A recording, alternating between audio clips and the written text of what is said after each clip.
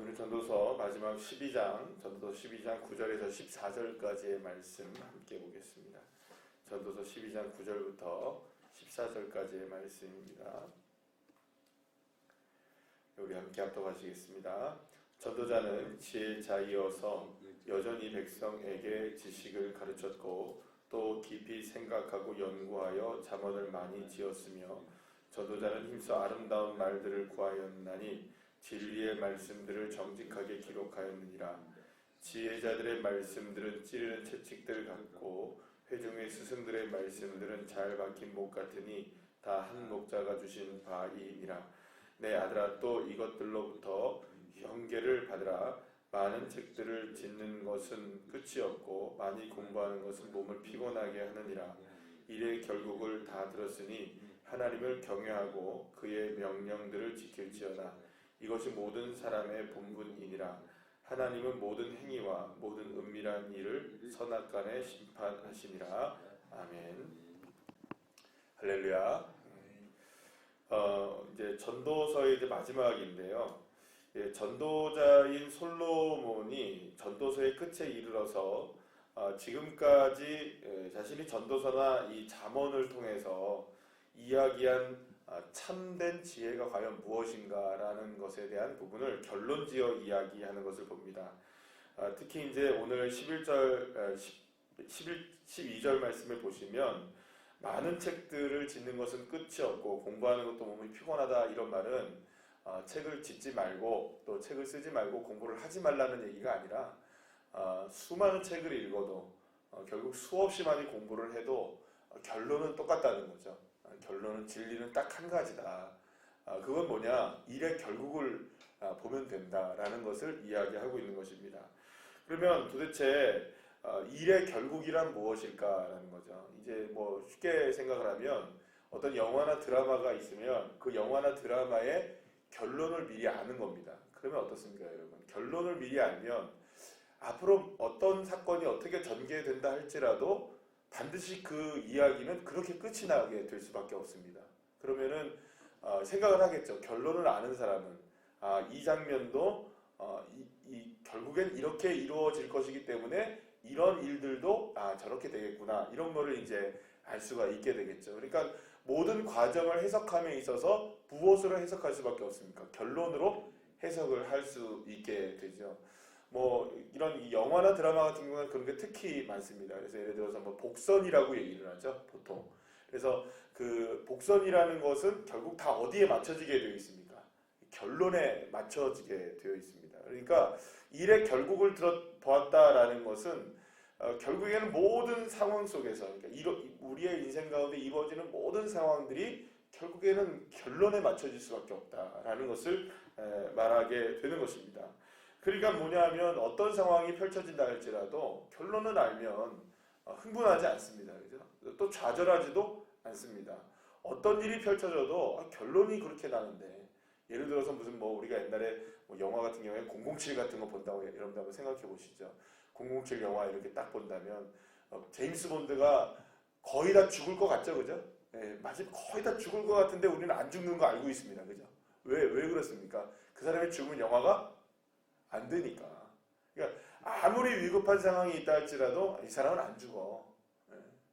그러니까 그런 마음들을 갖고 있을 수 있다는 거죠. 그러니까는 어떤 상황이 펼쳐진다 할지라도 일의 결국을 알게 되면 결국에는 흥분하지도 않고 좌절하지도 않고 거기에서 일희일비하지 않게 된다는 것을 의미한다는 것입니다. 그런데 여기서 일의 결국이라고 말할 때 일이라는 말이 있잖아요. 일이라는 말은 히브리어로 말하면 이제 다바르라는 말인데요. 이 다바르라는 말이 약속과 언약을 뜻하는 말이기도 합니다.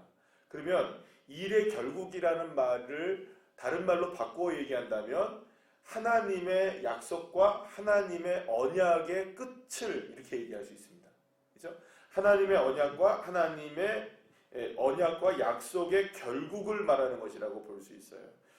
그렇기 때문에 하나님의 언약이 이루어지는 통로, 그러니까 하나님의 언약이 과연 어떻게 이루어지는가라는 것을 보게 되면, 자 13절 말씀에 보면 일의 결국을 다 들었으니, 그러니까 하나님의 약속이 어떻게 이루어질 것인지 너희들이 다 알았으니까 이제부터 너희들이 어떻게 하면 된다? 하나님을 어떻게 하라고요? 경외하고 그의 명령을 지키라라고 나오는 것이죠.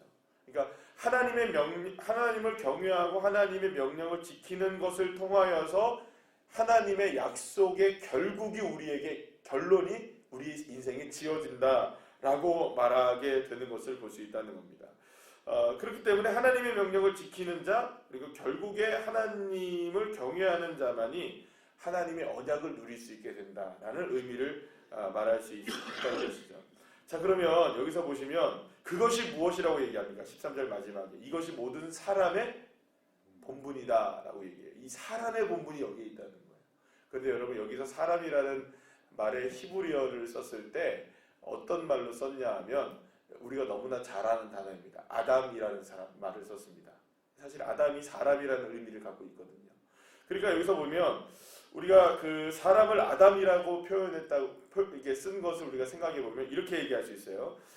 이래 하나님의 약속을 다 알게 되었는데 하나님을 약속을 누가 누리느냐? 하나님을 경외하고 하나님의 명령을 지키는 자가 바로 하나님의 약속을 받는 사람이고, 그 사람이 사실은 최초의 누구였다는 겁니까? 사람이었던 아담의 원형이었다고. 그러니까 아담, 최초의 사람이었던 그 사람의 처음의 본분이었다. 그러니까 아담이 결국에 하나님을 경외하고 하나님의 명령을 순종하며 살면 누구의 언약을 그대로 약속을 받고 살아가는 겁니까? 하나님의 언약과 약속을 받고 살아가는데, 이 아담이 하나님을 경외하지 못하고 하나님의 명령을 지키지 않았을 때 무엇이 깨져버린 겁니까? 하나님의 언약과 약속이 깨져버렸다는 것을 여기에 다 담고 있는 겁니다. 13절 말씀에. 여러분들 이해가 되시죠? 그러니까 결국에 아담의 실패 어디 있느냐? 사람의 실패는 어디 있느냐?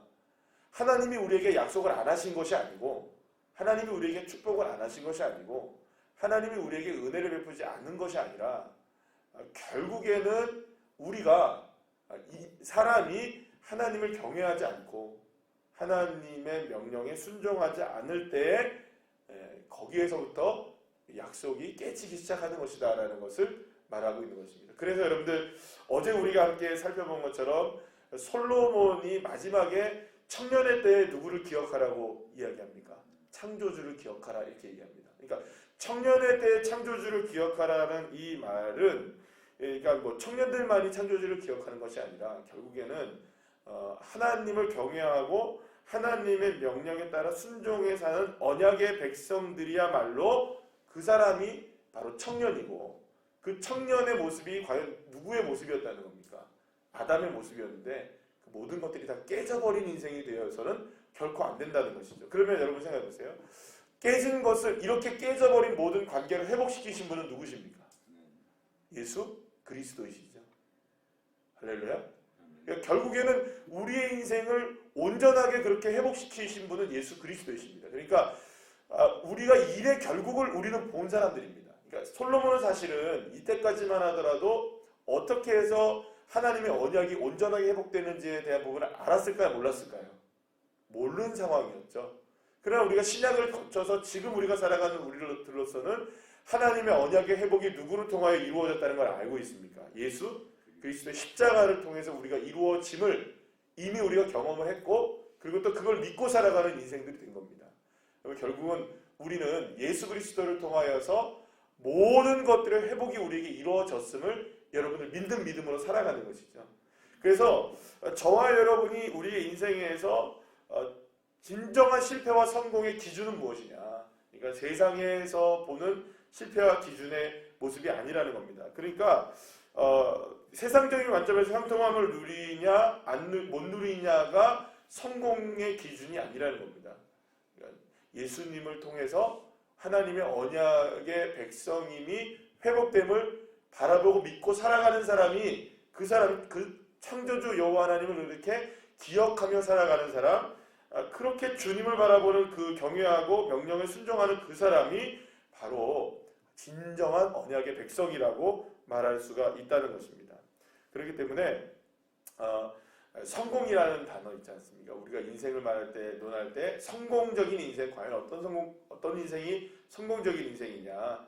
솔로몬은 마지막에 잠언 이 전도서를 통하여서 말하는 것입니다. 여호와를 경외하는 것이고 여호와 하나님을 명령에 순종하는 것이다. 그러니까 이것이야말로 진정한 이게 진정한 성공이고 그 성공은 이미 우리 안에서 누구를 통해 이루어진 것입니까? 예수 그리스도를 통해서 이루어졌기 때문에 그 예수님을 바라보는 그 믿음이야말로 진정한 성공이다라는 것을 우리가 말할 수가 있게 되는 것입니다. 그래서 오늘 이렇게 이제 솔로몬의 전도서가 마무리가 되는데 오늘도 마찬가지입니다. 이 10월의 마지막 날이기도 하고 이제 11월이 이제 다가왔는데 정말로 우리의 인생을 성공적으로 우리가 살아가는 것은 과연 어떤 것인가? 그래서 여러분들 우리가 늘 언제나 함께 묵상하는 말씀처럼 나는 죽고 예수님으로 사는 겁니다. 예수님을 바라보며 사는 것. 어떤 때 무슨 때를 얻든지 못 얻든지 주님을 바라보며 살아가는 것, 그것이야말로 진정한 인생의 성공이고 그것이야말로 인생의 본분이고 우리가 하나님의 언약을 누릴 수 있는 은혜라고 주님이 말씀하시는 겁니다. 주권자이신 하나님을 믿으며 바라보며 나아갈 때 하나님은 저와 여러분의 삶을 통해서 역사하시고 하나님의 언약을 풍성하게 이루어 주실 줄로 믿습니다. 기도하시겠습니다.